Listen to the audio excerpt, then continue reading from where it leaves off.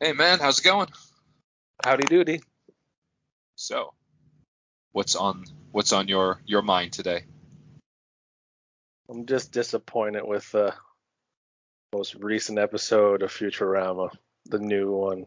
The new one. Well, we won't talk about it yet, but when we do a review, we should be doing a review of all these episodes so far. We're a few of them behind, but yeah, I agree with you. The most recent one wasn't as good, which is unfortunate because it's a sequel technically to the other one. But in any case, today this one's actually I think a pretty solid episode. There's some funny bits. There's some other elements in it that I do like. Yeah, the Uh, fact that the actors and actresses aren't in their late 60s, early 70s. yeah, at least most of them aren't, right? Yeah, exactly. But we have today the episode 10 of season 2. Um, Put your head on my shoulders with and this, as I had mentioned last time, was the it's an Amy, more of an Amy centric episode. We get to learn a little bit more about her through the trio. So we get into this episode. No cold open, as it's going to be for the rest of the series, I believe, or like most of the series. Um, the opening little intro sentence, whatever you want to call it, the opening gag thing. They say not based on the novel by James Fenimore Cooper. Are you familiar with this writer? Nope. Nope. No. Probably not. Well, I thought maybe because I don't know if you knew this as well. Like Futurama is named after like a idea. Rama Rama or something like from back in the day when they did in the future we will have flying cars. Like back when Right. they did like in the 50s or something like that. Where's my flying car? Right, exactly. So that's kind of where they got the idea for it. So it's like this old 1960s, 1950s type of ordeal thing. So I thought maybe it was originally named after a book, but I did some research on it. Turns out no. No, he has nothing to do with Futurama as far as I can find. However, Cooper has been you and I probably wouldn't have known this at all anyway, but he's actually well known for there's a book called The Last of the Mohicans. It also turned into a movie. Doesn't sound familiar. You never heard of this? It's a movie from the 90s as well. It was I think it received Best Picture and stuff. I think it had Val Kilmer in it. But in any case, he's a Cool. well-known author. So I think the joke here is just like Batman. out of all the big authors, um, the Futurama is not based off of his work, something like this. So, in any case, we get into the intro, and they're doing a President's Day commercial, which I guess is really close to Valentine's Day. And they go there, and we're introduced to malfunctioning Eddie. I love malfunctioning Eddie. Yeah, with his. I always forget that he was a car salesman. He's just this guy who. Sorry, not a guy. He's a robot, obviously, who blows up all the time when he gets really, really excited. So he owns a car shop, and Amy happens to be sitting with the group as they're watching this commercial, and she states that she needs to go buy a car, or wants to go buy a car, because her parents suggested that they could get her one if she got all. Oh no, sorry, they said that it'd get her a bar, right? BAR, if she got all B's in school, but she got C's. So instead, they're going to buy her a car. Fun little joke there. And then I guess she convinces all of them to go. I think Bender needs to get tuned up because he's a robot. No, because there's a recall on his ass, which I love. Because Oh like, right, have you some have you ever issue. gone to the store or anything? This just happened to me recently with my dad and I, Yeah. where No, I've never had where it you try to myself. buy something and they're like, oh, Yeah. we can't sell you that. I was like, well, why not? Because it's been recalled. Right. I've Mind you, only. at the time, the Yeah. cashiers they didn't know that it was that they all the thing says it just had to be taken off the shelf. It Right. didn't say that it was being recalled. So I had to do some research. We went to another store. They also said no. Another store said no. So like, okay, what the hell's going on? So I googled like recall on project. It's like no, I couldn't find it. I had to go to Recall Canada, find a specific page, and I found the product. I was like, oh, there it is. It had been recalled because of I can't remember what it said. Some Basically, poisonous. they labeled it wrong. They labeled something wrong on the label. Oh. So Okay. instead Sure. of saying like poisonous, they could have labeled it as flammable, which it probably was as well. But just Right. like, has that ever happened? That has never happened to you where like you're like, oh, I want to buy this. Oh, it's been recalled. Personally, for me, no. There have been times like I was looking for a new cell phone once, and one of the ones that I had thought about buying turned out like a few months later had been recalled because the battery had been known to explode or something. Oh, that one. Oh my That God, that's was so there. like 2016. Yeah, it was like a while back. There was also like where I'm currently living. There were this was a major issue. There were scenes like, so certain cars that get manufactured here from a certain brand, they would be driving and something in their, I guess it's like something to do with the engine. Yeah, something like this. Like something was just not working correctly and it started like causing fires to the vehicle. But it was like an electric battery. So something to do with the battery. So they had to recall all these vehicles. Ooh, that's So bad. Yeah. yeah, so I know of it, but yeah, it makes sense. So like having Bender here say something along the lines of like, oh yeah, like they say my ass is like close to like exploding. Combustion. Yeah. It's just, it's funny, but like Lita even does that, like, okay, let's go. I want to get out of the house too, or whatever. And she like hits Slaps him on him. the butt, and he's like, oh no, it like explodes. Anyway, so they have to go there, and makes sense. I actually do like this idea that, because we saw this a few episodes back with Bender going to a car wash, but he went to like a robot wash. So I like the idea that wherever you can tune up a car or get a car washed, you can do the same thing for your robot. I like that. Mechanic place, yeah, for robots. Right, makes sense, right? So they decide to they go to Malfunctioning Eddie's car emporium, and we're introduced to what's his name, Victor or whatever, Victor. right? Victor. I love this guy. He says a phrase here which I love saying, but the thing is, it's such a minuscule character who says this once. With seatbelts? Yeah, it protects, lifts, and separates. And I love that so much, because whenever someone says something about a seatbelt, I just says, oh yes, it protects, lifts, and separates. They give me this look like, what are you talking about? I know it's only for me when I say it, but I laugh every time. It's one of those little inside jokes that one day hopefully you'll find someone who understands what that joke is and they laugh along with you. It makes it that much better. Yeah, Victor, who has some kind of, I don't even know, Eastern European accent of sorts. I think he's played by Maurice LaMarche, right? His name's Victor. He's probably a Spanish man. Is it maybe it's Spanish. Yeah, 'cause he rolls the R's a little bit, so that's not generally a Spanish, like just only Spanish people can do that, but like it's a Spanish thing. Sure. They even have like this part where I think it's played off as a joke based on that kind of pronunciation of certain words, but like he says he's supposed to say y, like the y sound with and it's usually spelled with like a J, right? So he'll say like y, but he's been saying like, yeah, jets and all this, and I was like, that's pretty good. Yeah, Jets. Yeah, but back when you can make fun with accents. Well, especially with this kind of, like, everybody knows the sleazy car salesman. Oh God, I had one a few years ago with my car. My car's crap. I just had to pay $1,200 to replace the brakes. Sure, but I'm sure your guy didn't have like whatever accent, strange foreign accent. No, he was just a sleazeball. Oh, okay, yeah. So everybody knows the sleazeball thing. Well, especially this next guy who.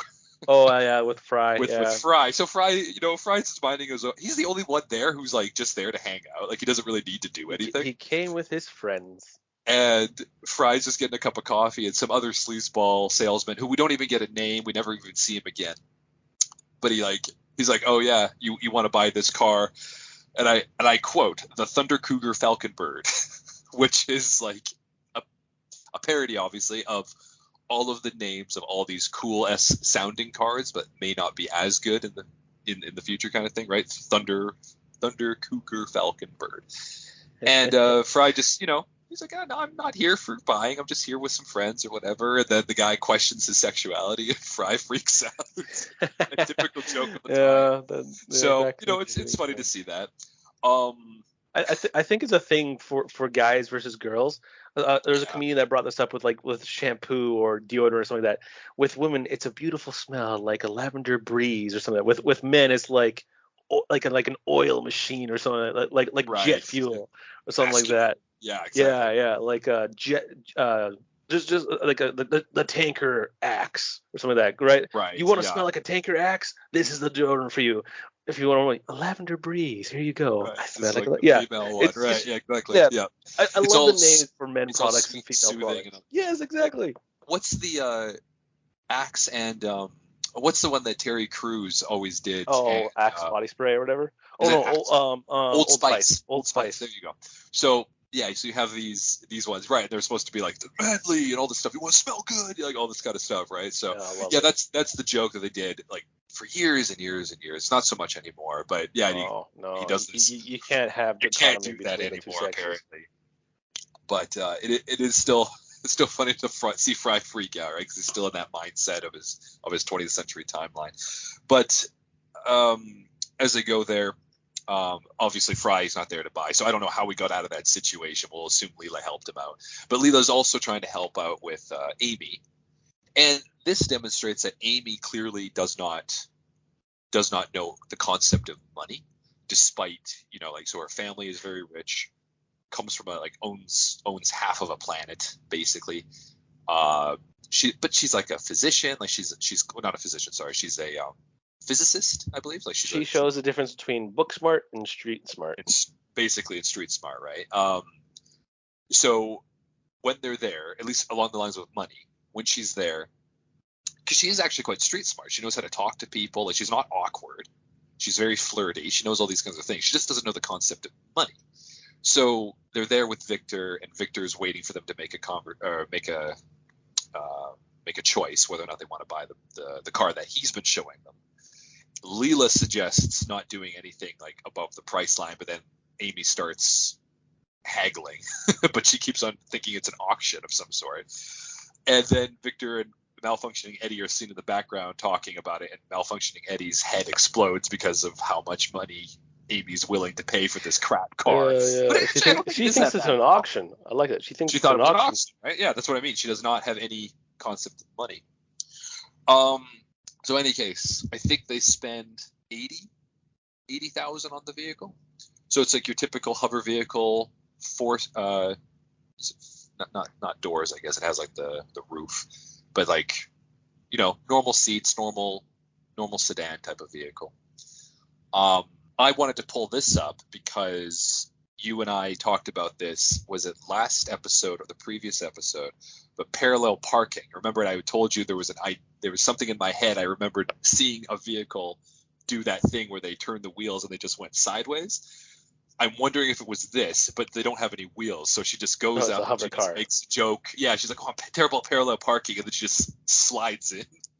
So I wonder if that's what I was thinking. But I remember seeing something else like I could make a racist joke here, or a gender joke here, or a sexist joke here. Why not both? Why not both? She's a woman and she's Asian. There we go. There's the fun joke. Right, but because of the parallel, because of her driving situation, right? Right, but I don't think that's necessarily the issue. No, I don't think that was highlighted at all. It's just because Amy's a ditz. I think that's the best way to say it. Yeah, young and dumb at some points, but she's very smart in other ways, right? Any case, here we are entering, and it's going to be Valentine's Day, which was going to have everybody kind of like the catalyst for what this episode is going to be for it. And what is it? Fry and Leela walk in on Hermes, or not walk in on, I guess, like they run into him, and he's just yelled at himself for trying to get from behind a door.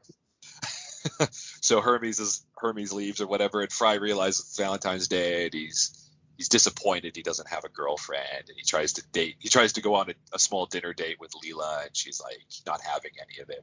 There's a bit of this chemistry thing, but you really feel like Fry doesn't really feel that way towards Leela. It's just kind of like, so he's not alone. But Leela is absolutely desperate. Like she does want to have somebody on Valentine's Day, or at least like somebody to be with her, but she just can't get through these certain things. Then of course we have Amy show up and try and invite people to go on a drive with her, I think on Mercury, and the only one who goes is Fry. So there's not much really going on, I guess. Like anything you can say about these particular scenes with it? Anything that's they made a joke about like, oh, they're gonna go drive on Mercury, and then Amy says, "Oh, dress warm. It's like 6,000 degrees Fahrenheit." And he's like, "Oh, right, so yeah, what's the weather? Shorts, right? Right. Okay, yeah, a little joke there. Oh, and I forgot to mention as well. So this is the thing. So when Bender gets tuned up, he does decide not to have his ass replaced because it looks stupid. They put on like a balloon butt or something like that, like a human balloon butt on it. I love it. He hits the guy. He's like, "You've disgraced a national treasure" or something like that. That's right. So, and the guy makes a threat. He's like, "Okay, but if you do anything and that butt explodes, like I hope you're not mooning someone you care about." I love someone you care about. So Bender that ass does is about to blast off. That's right. Bender does get a tune-up. He does get his ass replaced. He changes it. So I want everybody to remember this. Bender has his same ass as he always has throughout the whole show. Okay. So cut back to Amy and Fry, and they go to Mercury. By the way, I like how these cars are like so futuristic that they can even fly in space. Like a long way to get to anywhere. That never occurred to me. Yeah. It's just like it's a space car basically. It can fly to get to the atmosphere and out to space, and then it can be on the planet. So like a hover car. Yeah, and they can literally fly to Mercury in 20 minutes, 30 minutes. Like the concept of time. It takes 8 minutes for the sun's light to get to us. So yeah, and that's like the speed of light.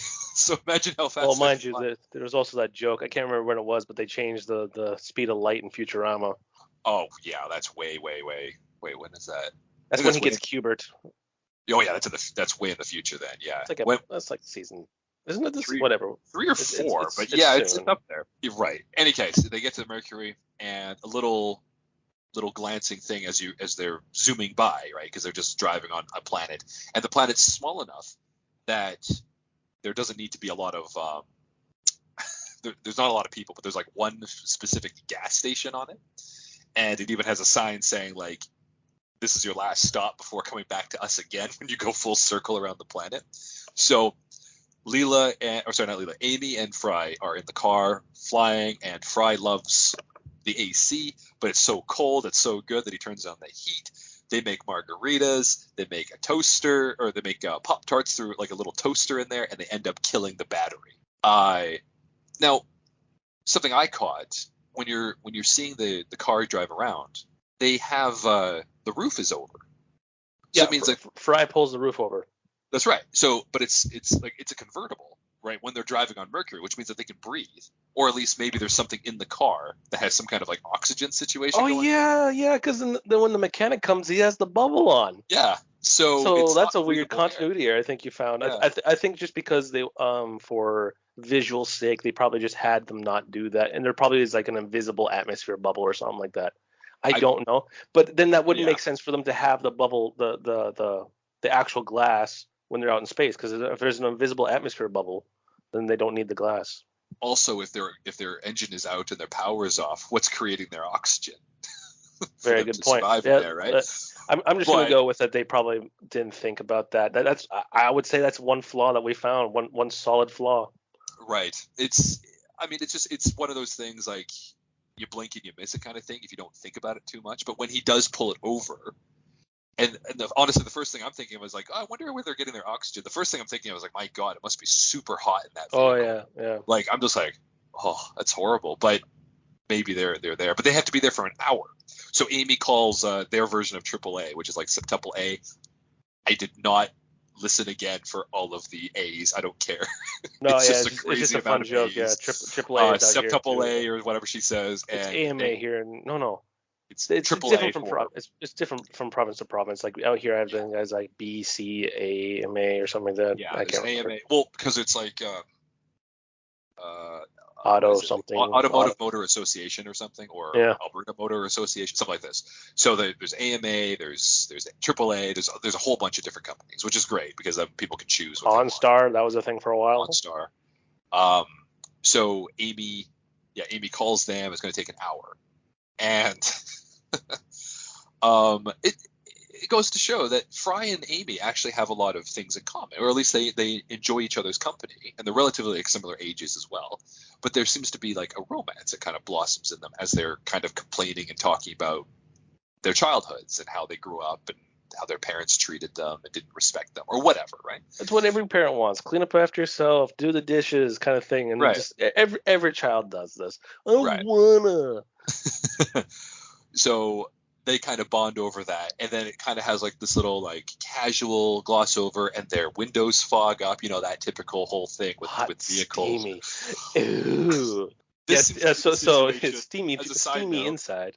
the tow truck driver shows up, or the tower shows up, and I don't know why I always get a cackle when I hear his like or like I love that noise. I don't know why. He's just like so he goes in there and he wipes the glass, obviously, and he peers inside. He can And sound Amy like a pervert. Yeah. right, and Amy, right, exactly. And Amy and Fry are just playing cards, like so they are just breathing. There is no sexual stuff going. Just because it's And hot he's out, like, steam. Yeah. and he's all Error. disappointed. He's like, oh. So he hooks them up, and he drives them towing while they're still in the car, and then they decide to like do Hook it, up. right? They decide to have sex, and then you still hear his little voice going, so you can imagine he's watching something. See, So that character to me yeah. is the Luigi of Saul, because Saul, when we first see him, he has a red Oh, hat, so and he's a sure. bigger dude, and they both kind of have the same look. So I always thought they were kind of like comparing them to Luigi and Mario and stuff like that. But there's like two Sals. There's Oh, like, isn't there like two Sals? There's the "Are you a wise guy?" And then there's like, I think you see the Sal I'm talking about later on in this episode you with do. with So Leela. I think that's the same Sal. So Sal is like he's like a handyman in every single way. Like he's a driving guy, he's a plumber, he's a construction worker, he's whatever they need, some tough, gruff, stupid guy, they use Sal for it. And yes, I was just gonna say, isn't he also in what episode? What a Beast with a Billion? No, I think it's Bender's Game. But Leela goes. I think we see him earlier as well. But Leela is pissed off by the rednecks that insult their ship. That they Yeah, go to that demolition whoa, derby. whoa. Right. I think that's the same, at least the same model, I believe, and he has with Sal, and they're like the Luigi and Mario of the group there, right? Yeah. Just a quick Google off of it. It actually lists his jobs. He's a janitor at the Moon Amusement Park. He's a bus driver, a cleaner, a tattooed art exhibit, a truck driver, builder, factory foreman, excavator, operator, owner and operator of Sal's Wrecking Company, demolition worker, sewage treatment worker, construction worker, and sanitation worker. And this guy, who I don't think we've ever named, we're just going to call him Luigi just for the sake of convenience. This Sal Luigi guy, Futurama Luigi guy, I think works for like half of those as well. He shows up with him. And that's funny. So Sal is literally just their construction guy for everything. He's always there. And I would say this guy is his partner because I think he was also there hooting at Leela in that one episode. I think so. So I think every time they go to a gas station, it's always those guys. I think this guy is one of those people as well. So he's just one of the common character models that they use. Any case, we cut to all of them they're having some kind of meeting, but it's not really a meeting. Hermes is talking about a movie that he watched, so little joke there. It concludes, and then he asks, like, is there any old business? Everyone says no. He says new business. Everyone says no. Did anybody sleep together or spend the night together? I love that. That's an office question. Yeah. Like, how do you get everybody to find out about Amy and Fry? Oh, just have Hermes ask everybody if they spent the night together. So, to the credit of the Planet Express crew, they don't really seem that insulted or disappointed with Fry and Amy being together. Like, Bender thinks it's quite good because he can, like, the money thing. Leela seems to be the only one kind of distraught. Not distraught, maybe that's the wrong word. A little bit like aggravated by this kind of situation. Everybody else is like, yeah, go you guys, happy about that. I think here is also so for Valentine's Day, because they kind of talk about all this. Bender finds out that you can run you can do stuff because people will pay money to have a relationship, or at least for a date night or something, so that they don't have to be alone during Valentine's Day. And we find that Bender he starts I guess a prostitute ring, but then he quickly gets fined and all this kind of stuff.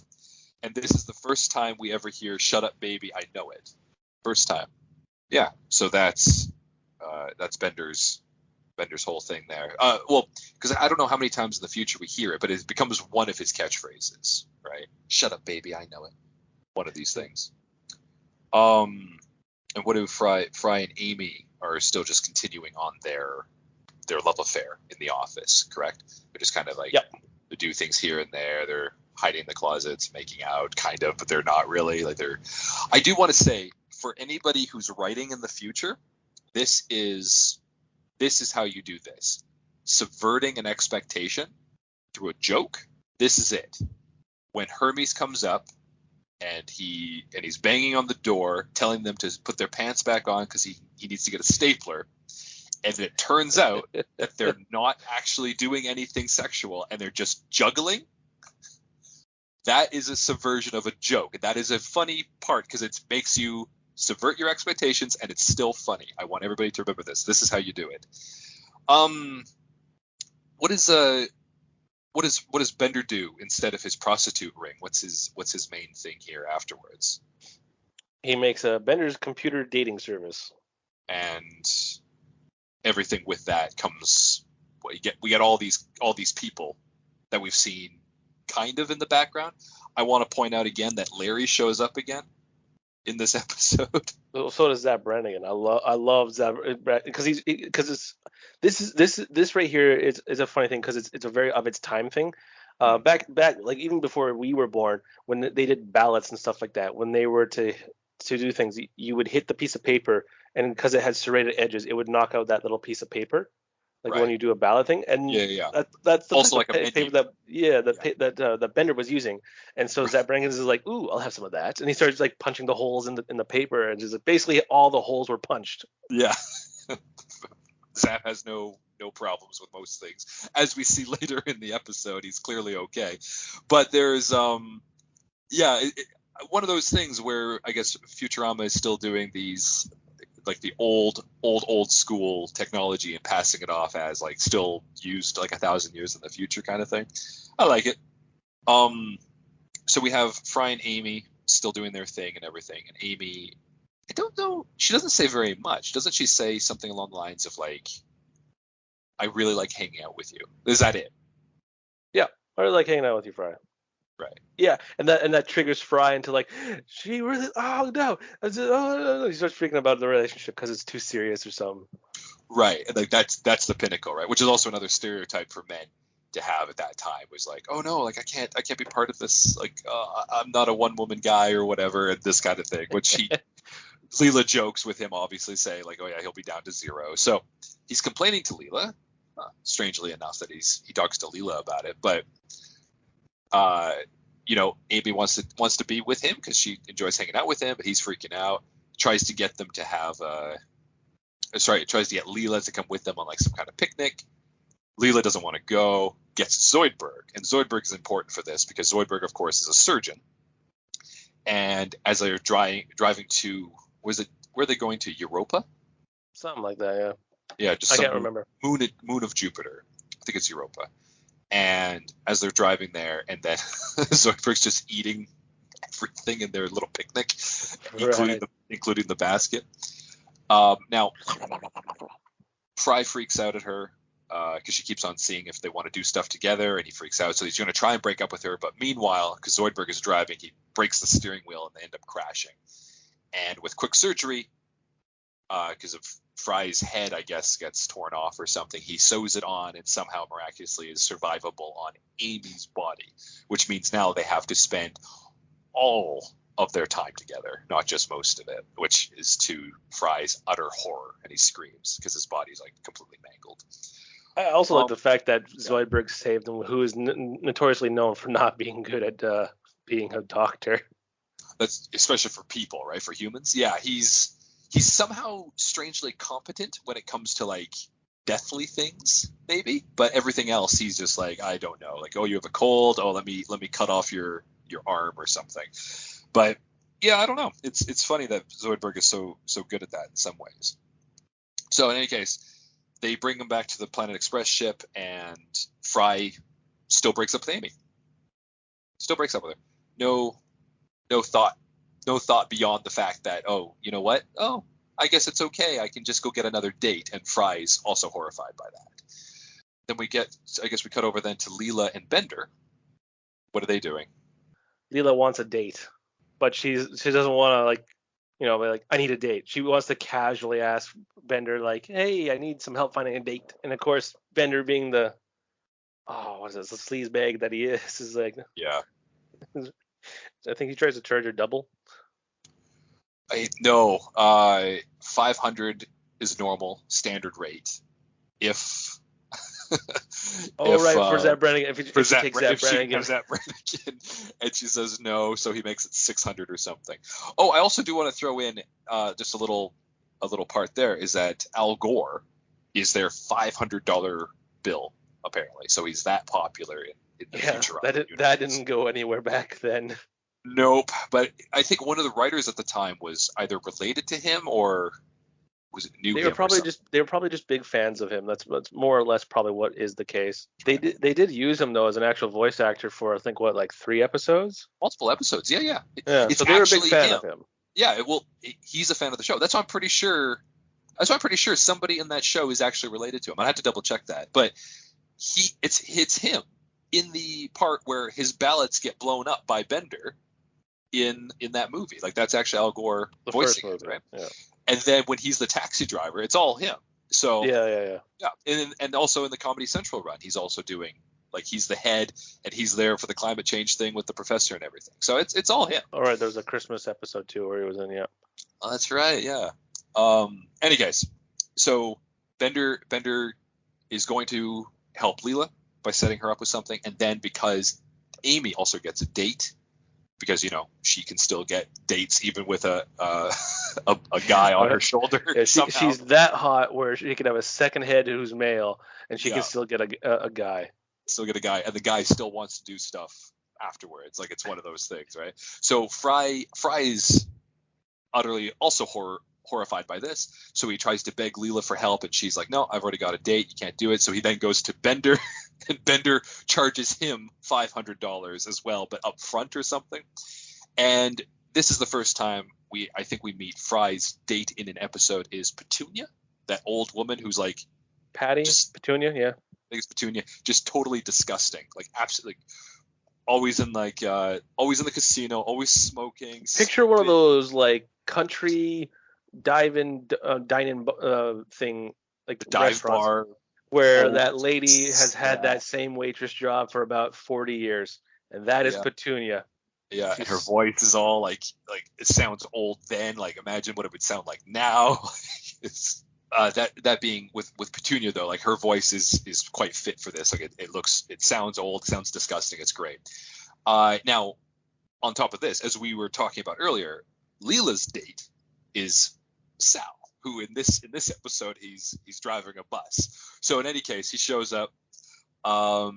Bender's sitting there because he's just watching everybody. All of his dates all happen to be at the same restaurant. Like he set this all up. He's like the most clever business guy, but he doesn't do it very thoughtfully. I also love this. He says to Sal right at the beginning of Leela's date, it's like, hey, if you buy a rose for me, I guarantee she'll pull it out. And then he's like, yeah, I'll take my chance. He looks at Leela. He's like, I'll take my chances. I'm okay with that. I'm like, damn. That's insulting. We also do see Larry again at the restaurant, like mom's second son. Yeah, like I mentioned earlier. The old lady. I can't remember what her name is. We see him in the hallway, and of Bender when Zap Brannigan's doing his little like thing with the menu, or the pamphlet, right?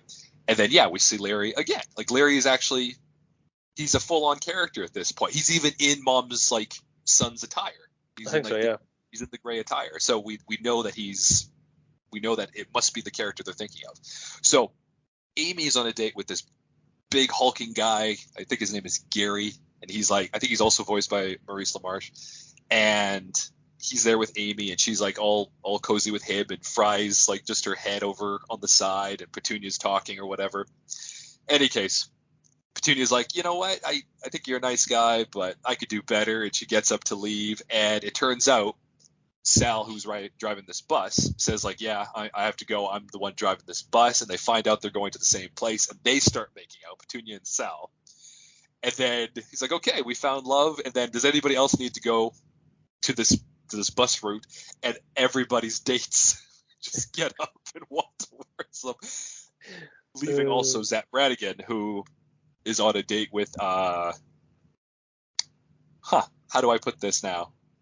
What's the correct word here now, Anthony? Come on, you're so I politically correct yourself. I What's the correct actually word here? don't know. I actually A man in a woman's dress, acting It is like a a man. woman. It's definitely a man dressed up like a woman. I don't know if it's transgendered or if it's cross-dressing. I don't know. It's We don't. cross-dressing. Okay. Like we never really find out anyway. But Zap does make a claim like, "Wait, where you going? You haven't shown me your surprise." So something was going to happen there. But of course, the only one who is actually there on a real date is Amy and Gary. So Gary doesn't leave, and Gary starts hinting at wanting to take Amy back to his place for coffee, quote unquote. And I love this. Fry's like every time he says something along the lines of some kind of innuendo. Then a nice sweet thing here. Leela sees that he needs help, and comes over to join, and they start talking about his work. Some kind of banking thing. Banking industry regulations, which is apparently the most boring job of all time. But he loves it. The Gary guy loves it, so he can talk about it for hours. And Leela does that for Fry. And it's a very sweet moment that Fry takes to himself, and he's absolutely. I think this is when we really start to see the bond really growing between them, because at the very end here, when Amy and Fry make amends and they're on good terms, and then Fry thanks Leela. Leela says like, I actually enjoyed hanging out with you. So there is some kind of like friendship that's starting to really build between Fry and Leela. And then of course they finish off with the thing that nobody really talked about. This is like the Chekhov's gun or the Chekhov's ass of the situation. But they finally bring it up with Bender saying like, oh yeah, like everything worked out in the end, and then Fry accidentally kicks his butt and it explodes, and I'm pretty sure it like destroyed all of his money and everything in his ass or in his body or whatever. So yeah, that's a head on put your head on my shoulders episode. Overall, your impressions of this episode, of course, and the MVP. What's your thought on this? Just a simple episode. It's one of those ones where Bender kind of creates a situation for money, like he usually does. I always love his little schemes. But I can't remember on average if they all work out or not. I don't remember if it leans one way or the other one. For his schemes? Yeah. Does he usually work out for him? I mean, out of all the schemes that the only one I can really remember was that when he joins the robot mafia, and he does get the money for that, and then he leaves on good terms with the robot mafia, and he pays Tinny Tim to do stuff. Tiny Tim, yeah. Other than that, he goes to prison for the orphan thing in the future. Also his pimp thing didn't work out this episode as well. Of course, yeah, like he absolutely gets fined for that. We don't even see it; it's just a cut to it, and he's already locked out for that. I don't know. I think most of the time it doesn't work out. Sometimes it does. Only sometimes, but we'd have to go through the other episodes to see. I agree that this is a good episode. Like it's well crafted, and the story makes sense, and everything is really put together well. There's some good jokes, but it's not like a standout episode. We do learn a little bit more about Amy, but it's not much about anything like that. We learn a little bit more about her lifestyle. Like growing up, she wasn't really happy with her parents, like always pushing her to do stuff, and that's why she dresses like she's always doing laundry, as Fry puts it. Like even though she has lots of money, she doesn't look like she has a lot of money. So yeah, I do like this episode. What about your MVP? Who would you put for that? I don't know. This one was kind of like equal throughout all parts. Any character that kind of just stands out to you? Toughie, I'm thinking. I'd probably just stick with Fry just because he's kind of there for the whole episode, and he's literally a head on a shoulder. So it's just a funny situation. Yeah, I agree. I would probably put it as I want to say Amy, because this is kind of like her episode that we kind of get more information about her. But I also think Bender has the most highlights of this episode for me. Like there's the most time I'm laughing is when he's in it. What's your favorite joke then? Shut up, baby, I know it is always up there. Sir, I demand you put my buttocks the way it was. Like when he like slaps the guy there. When he's when he's like talking to them, and he crumples up Zap's brochure thing, puts it in. He's like beep beep beep beep. Like there's a lot of good jokes. I love it. So yeah, I'd say Bender for mine. So you say Fry, I'll say Bender. Yep. Awesome. Alrighty. Well then, thanks again, Mitchell, for joining me. I suppose for the next one, this is going to be more back to basics with the trio, because we have here the next one, the lesser of two evils, which I guess will be introduced more to the robot side of things when it comes to this. So we'll have to talk about that when the time comes. But in any case, yes, thank you for joining me. We'll talk to you next time. No problem. See you later.